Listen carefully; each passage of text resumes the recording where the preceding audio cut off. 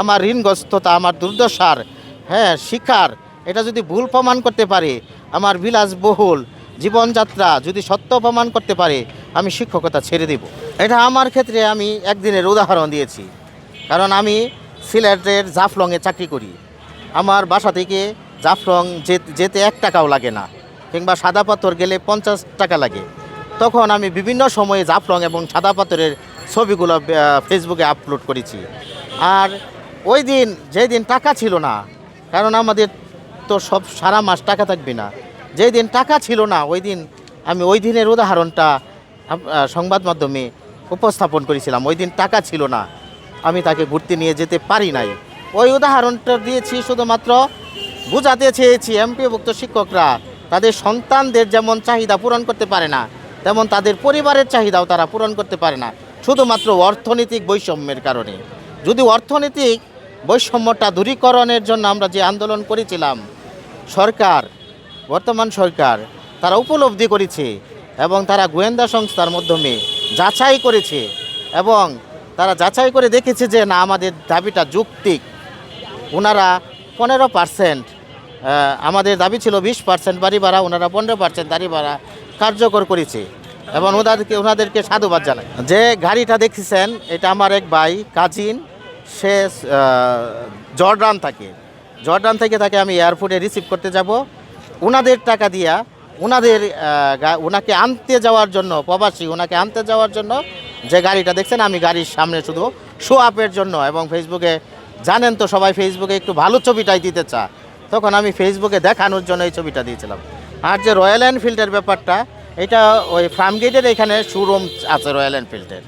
আমি এখানে মামার বাসায় আগারগাঁও, আজকে মামার বাসায় বেড়াতে আসছি। কালকে দেখছেন একটা সুপার ছবি আমি পোস্ট করেছি, এটাও সোশ্যাল মিডিয়ায় ব্যাপকভাবে আলোচিত হয়েছে। ওটা মামার বাসার ছবি। আমি ওইখান থেকে মামার বাসা থেকে আমি ওই ফার্মগেটে যাওয়ার সময় রয়্যাল এনফিল্ডের একটা শোরুম দেখতে পাই, তখন আমি ওইখানে জাস্ট একটা ফেসবুকে ছাড়ার জন্য একটা ছবি তুলেছি, আর কিছুই নয়। আমি নিজে গাড়ি চালাইতে পারি না, মোটরসাইকেল চালাইতে পারি না। আবার সোশ্যাল মিডিয়া 2-1 দিনের মাঝে ভাইরাল হয়েছে যে আমি চীন, মালয়েশিয়া এবং বিভিন্ন দেশে স্ত্রীকে নিয়ে ঘুরতে যাচ্ছি। ভাই, আমার তো পাসপোর্টই নাই এবং আমি অর্থনৈতিকভাবে দুর্দশাগ্রস্ত।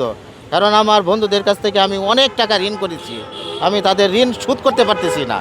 আমি আমার জায়গা থেকে 100% সত্য বলেছি। যদি কেউ আপনারা ইনভেস্টিগেশন করতে বলেন, ওনারা যদি আমার এই সত্যতাকে মিথ্যা প্রমাণিত করে, তাহলে আমি শিক্ষকতা ছেড়ে দিব।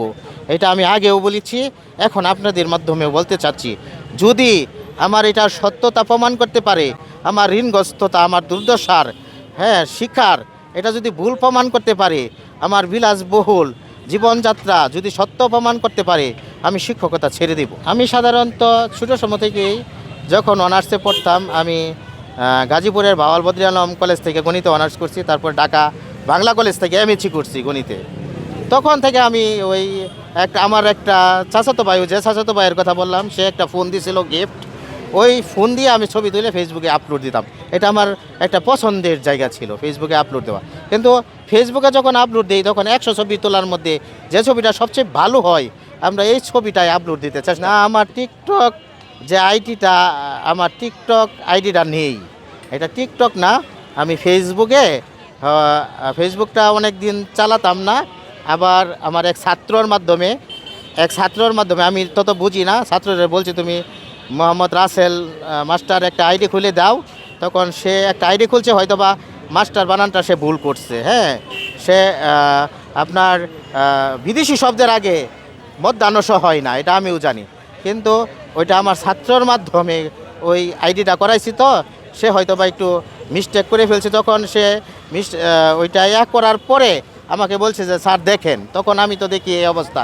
পরে আবার ভিতরে ঢুকতে বললাম, ওইখানে দেখাচ্ছে যে না, 60 দিনের মধ্যে এটা ঠিক করা যাবে না, 60 দিন পরে এটা ঠিক করতে হবে।